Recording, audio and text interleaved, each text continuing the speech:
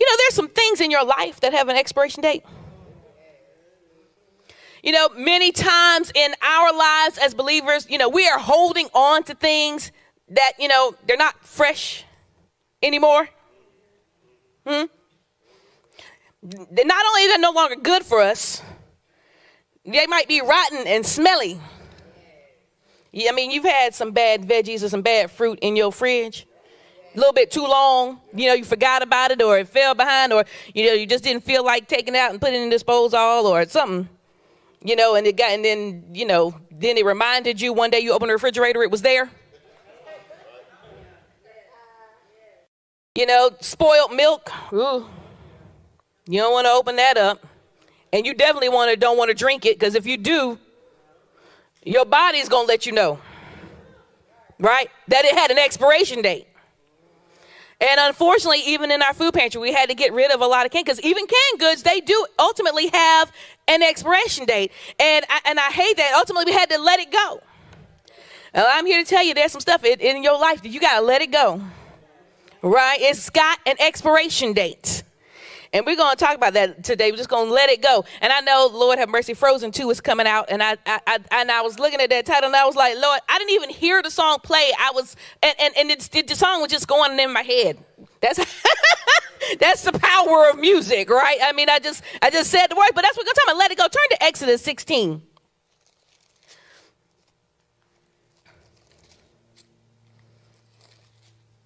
Oh, wait. That might be Exodus right here. I thought it was Genesis. Okay, well, I'm definitely going to read that, because, yep, there's Exodus. Don't talk about my Bible. Don't talk about my Bible. Pastor told me to let my Bible go. No, can't let my Bible go. I got the scripture right here. Bless the Lord. Exodus 16. Come on with me now. We find Moses with the children of Israel in the wilderness. And they're doing that thing they like to do, complain, because they don't have what they used to have in Egypt, right? So in Exodus 16, I'm starting at verse 4. Then the Lord said to Moses, behold, I will rain bread from heaven for you. And the people shall go out and gather a certain quota every day, that I may test them whether they will walk in my law or not. And it shall be on the 6th day that they shall prepare what they bring in, and it shall be twice as much as they gather daily. So skip down to verse 11. And the Lord spoke to Moses, saying, I have heard the complaints of the children of Israel. Speak to them, saying, at twilight you shall eat meat, and in the morning you shall be filled with bread, and you shall know that I am the Lord your God. So in verse 13, it was that quail came up at evening and covered the camp, and in the morning the dew lay all around the camp. And when the layer of dew lifted, there on the surface of the wilderness was a small round substance, as fine as frost on the ground. So when the children of Israel saw it, they said to one another, what is it? For they did not know what it was.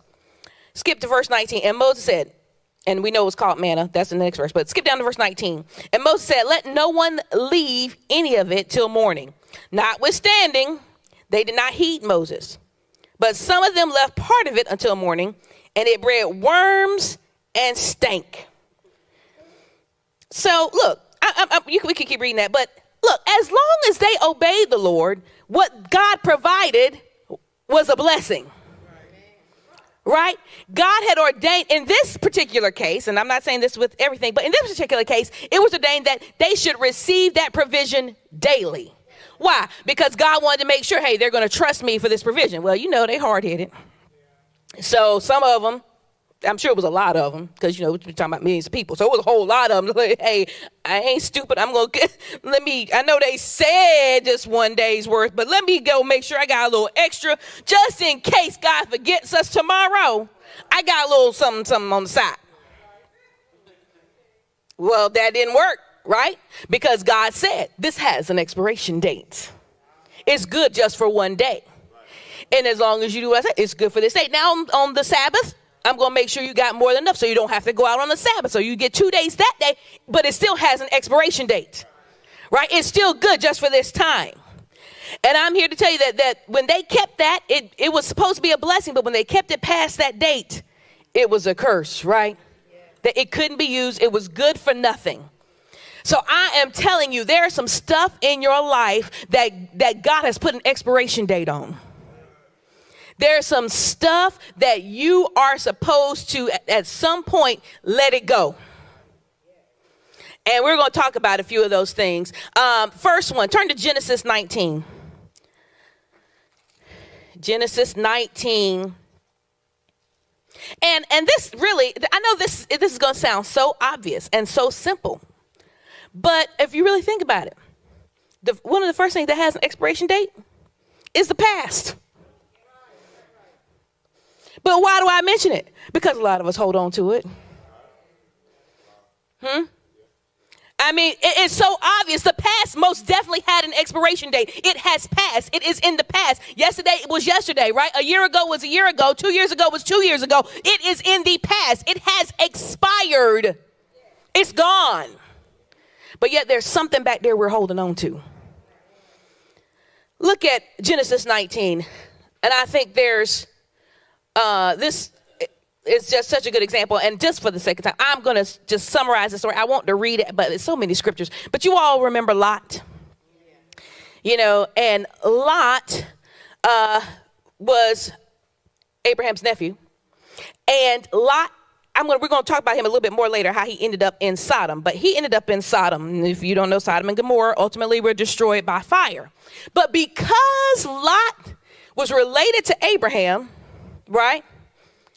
God had mercy. And because Moses, let me get the right Old Testament person. Abraham interceded for Lot. Okay, because there's some lessons in there too. That's not the message, but I just need to tell you that part. Only because Abraham interceded on behalf of Lot and his family, God said, you know what? I'll get them out of the city that they have no business being in before I destroy it. Right? And so, because when they first went, and we'll read it in a minute, they were on the outskirts. But somehow, you know, that thing pulled them on in and they were in the city. So God said, okay, look, when he came, he said, okay, look, I'll spare the city for them. Right? But I mean, I'll get them out. I won't spare it for however many it went down to. But then he said, okay, but I'll get them out. I'll save Lot. So only because he was related to Abraham. You better be connected to the right person. I'm just saying. All right. So now the angels come and of course they're struggling leaving. They're struggling. And they tell him, look, get everybody, get on out. It's time to go. You got to go. Okay. The fate of this city has been sealed. You got to get out of here if you want to live. Okay. I got to read this part. Verse 15, when the morning dawned, look, because they had already told him one time. They had been there the day before and said, let's go. Okay, verse 15, when the morning dawned, the angels urged Lot to hurry, saying, arise, take your wife and your 2 daughters who are here, lest you be consumed in the punishment of the city. And while he lingered, the men took hold of his hand, his wife's hands, and the hands of his 2 daughters, the Lord being merciful to him. And they brought him out and set him outside the city. So they didn't leave. The first time they said, go, get your whole family, get out. They didn't leave. They said, you know what? They had to go drag them by the hand out of the city. So, look. And then they said, look, go to the mountains. This was in, if you skip down, verse 17, they said, look, just get out of here, go to the mountains, get as far away from this place as you can get. And he was like, no, don't let me go to the mountains, please. He's begging in verse 18, don't let me go to the mountains. And he said, look, in verse 20, so see, this city is near enough. It's a little small one. Let me go here.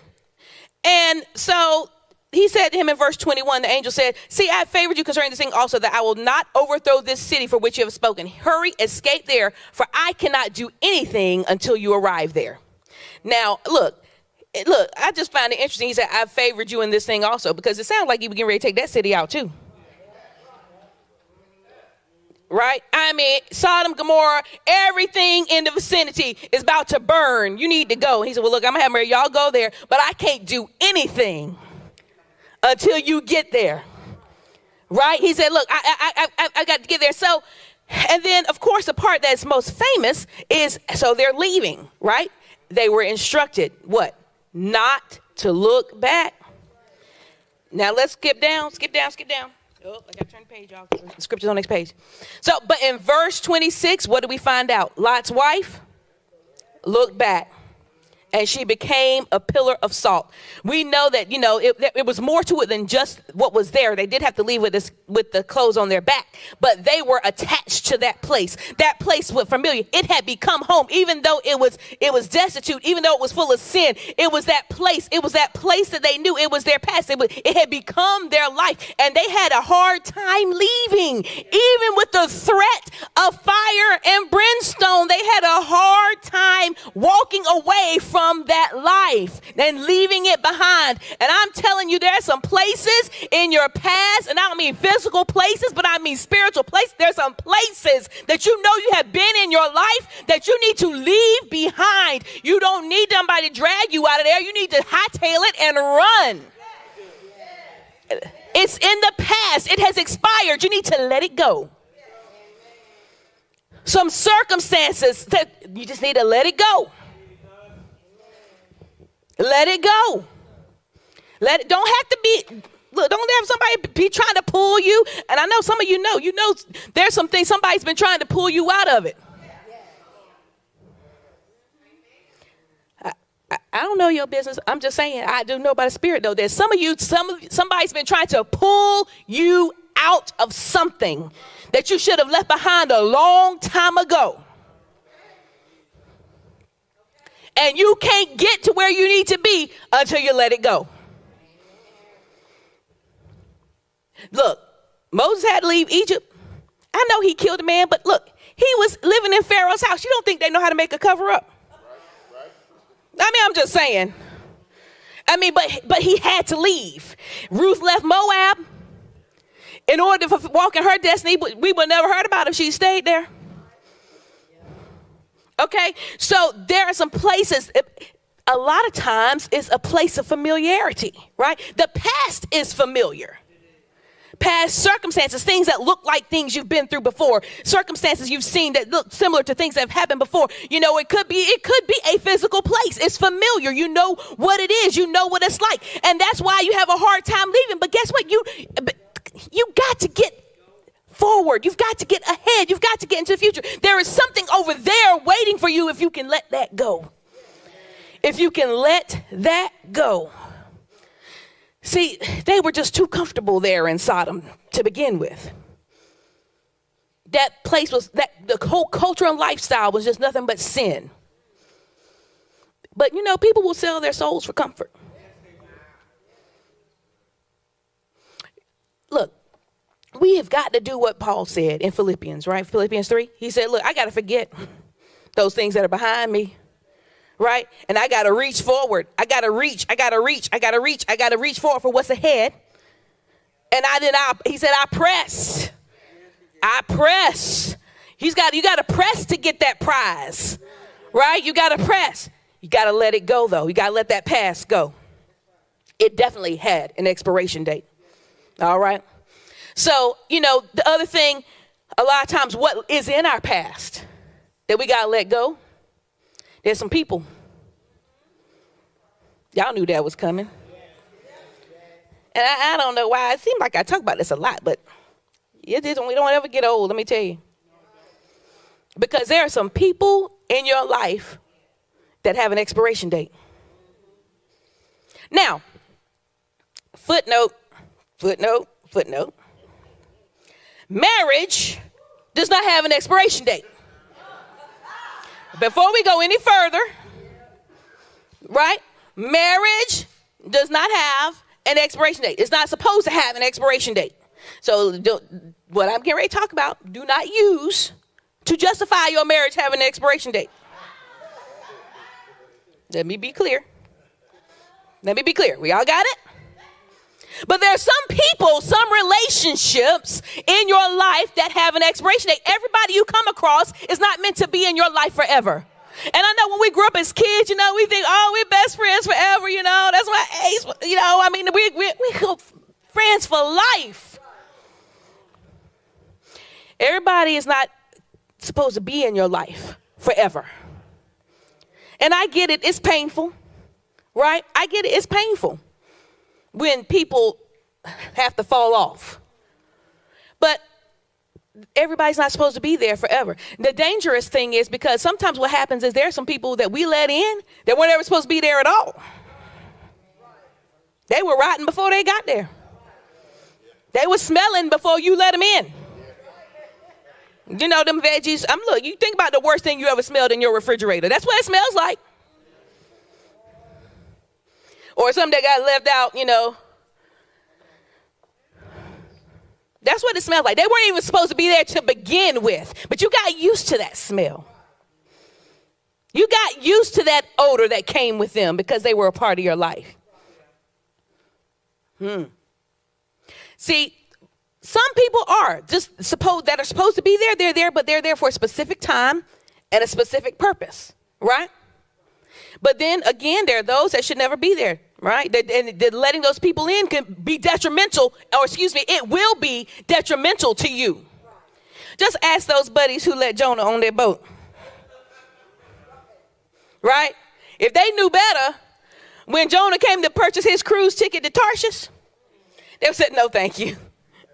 You got to catch the next one, right? Because for those of you who don't know, when Jonah got on that boat had all kinds of problems because Jonah didn't have any business on that boat going where he was going.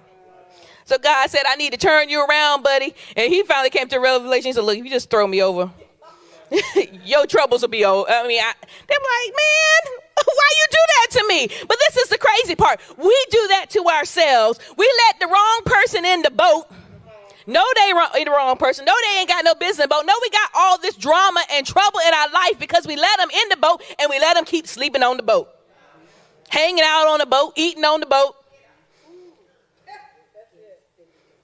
Instead of letting that thing go, let that relationship go, let that friendship go, let that business partnership go. We just let them hang out.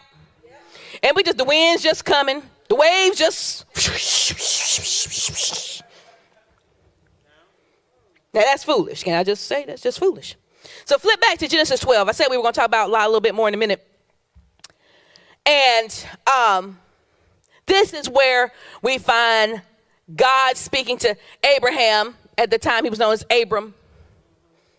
And he tells him in verse 1, get out of your country, from your family and from your father's house to a land that I will show you. What did he do? He told him, leave that which you know, leave that which is familiar. Verse 2, I will make you a great nation. I will bless you and make your name great. And you shall be a blessing. I will bless those who bless you, and I will curse him who curses you. And in all the families of the earth, and in you all the families of the earth shall be blessed. Verse 4, so Abram departed as the Lord had spoken to him. He would have been good right there. If he had put a period right there, he would have been all right. But it's a comma. And Lot went with him. Why? God was talking to Abram. He wasn't talking to Lot. Now, those of y'all who've been around closer to the 20 years than the 15 or the 10-year mark, y'all might remember Bishop Burton doing a message a long time ago and talking about you can't take Lot with you. God did not tell Abram to pack up Lot. He said, take all your stuff, your family, your household, you go, right? But anyway, Lot went. So he told Abram, he said, leave that place of comfort, leave that past, right? It's time for you to go somewhere else. You know, there's some place, do you understand that you can not get to a new destination until you leave home? You can't get somewhere else, right? Because you cannot coexist in two locations. So you cannot arrive, you can't even presume to go to another location physically until you leave where you were. Right? I mean, you don't get to work unless you walk out the door of your house. Okay, so look, he said you got to go. Because God knew where he wanted to take him. God knew what he wanted to do. He didn't tell Abram all of it. He just said go. Right? And so Abram, he did the good thing. He left. But now you flip over to Genesis 13. Verse 1, it says, then Abram went up from Egypt, and his wife and all that he had, and Lot with him to the south. There's Lot again. He's just trailing along. Abram should say, go on home, man. Go on. Verse 2, Abram was very rich in livestock, in silver, and in gold. And he went on in his journey from the south as far as Bethel, to the place where his tent had been, to the beginning between Bethel and Ai, to the place of the altar which he had made there at first. And there Abram called on the name of the Lord. Verse 5, Lot also, who went with Abram, there's Lot, had flocks and herds and tents. Now, but get this, verse 6. Now the land was not able to support them, that they might dwell together. For their possessions were so great that they could not dwell together. And there was strife between the herdsmen of Abram's livestock and the herdsmen of Lot's livestock. Now, I just believe, they out there in just wide open space. I mean, this was not New York City. The land couldn't support all of them. I believe the Lord just arranged it to get them to a particular spot so that the land couldn't support them. Come on now. He said the cattle on 1,000 hills is mine. I mean, we're talking way back. I mean, there was plenty of land. You're telling me the land couldn't support them? I mean, I think God just made sure that they got into that one place where they really couldn't just be together and live. Oh, come on now. You're going to get that. I said he got them to that one place where they could not stay together and both survive. See, I need somebody over here to get this. I said he orchestrated it such that they ended up in a place, in a particular situation where they were constrained, where they could not coexist and thrive together. See, some of you are in that spot. Some of you are in that spot. God has put you in that corner with that other person, but that in that relationship, and said, look, you can't thrive here. You're not supposed to both be here anyway. One of you got to go.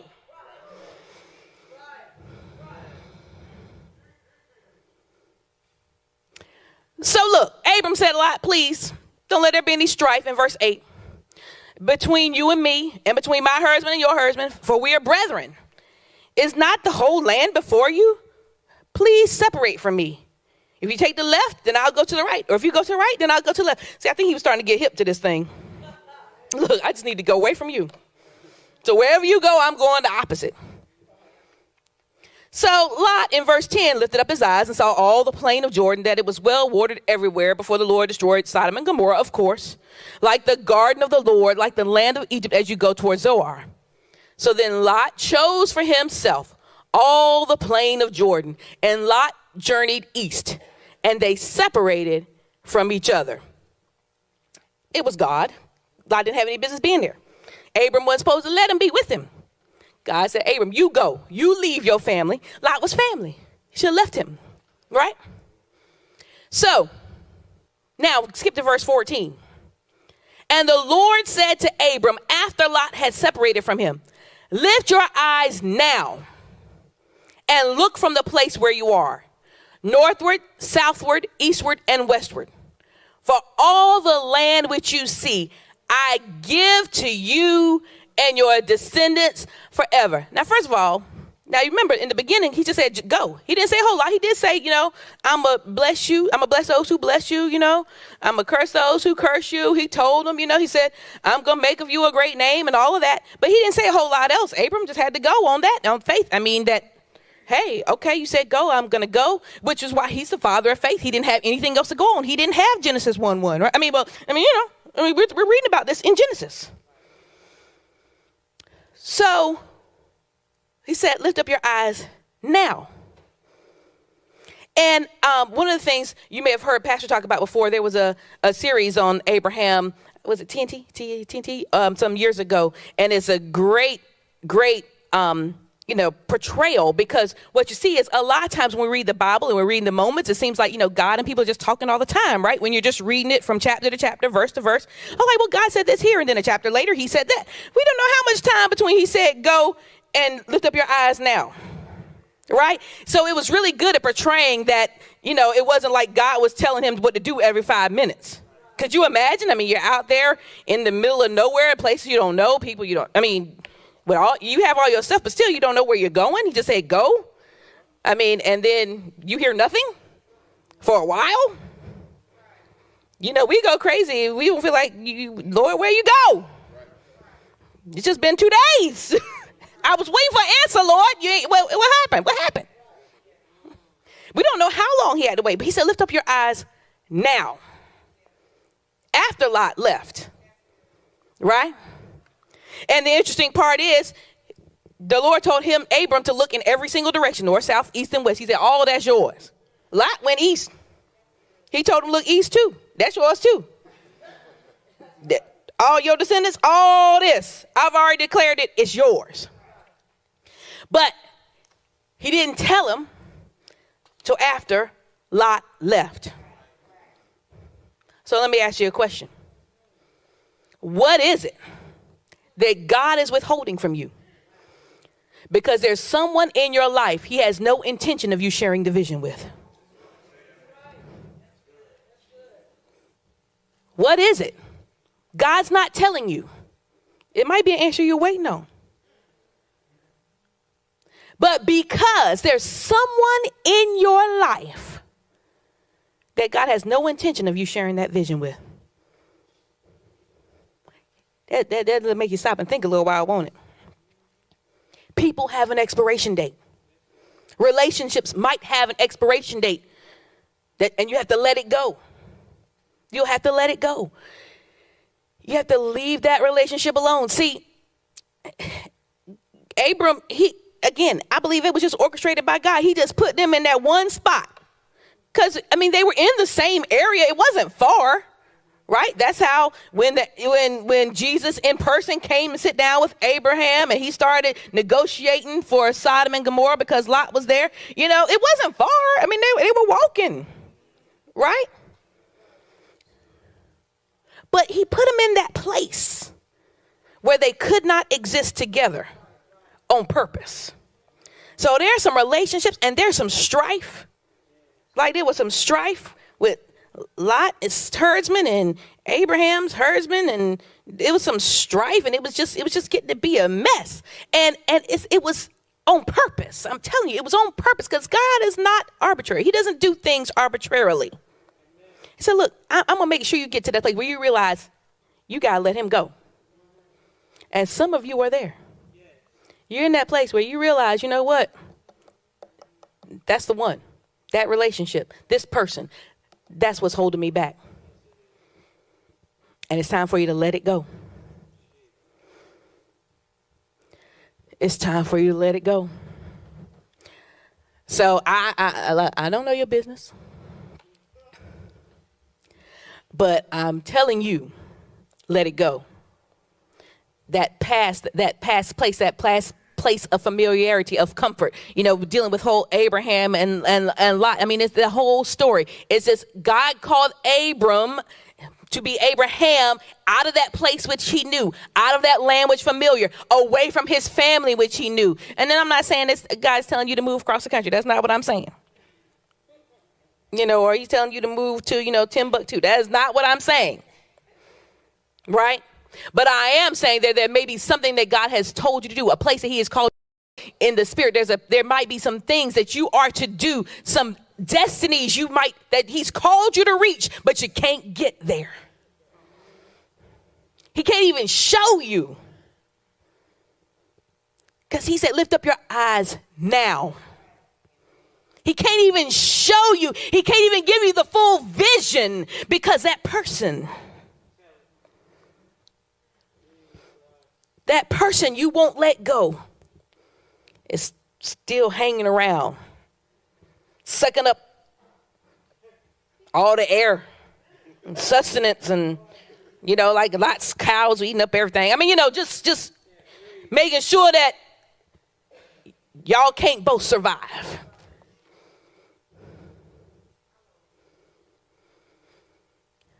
So I challenge you to ask yourself, who is it? Who is it? What is it? What is it that you need to let go so that God can truly show you where he wants you to be, where he wants you to go, and what he wants you to do next? Amen. Amen. Bless the Lord. Let's stand to your feet.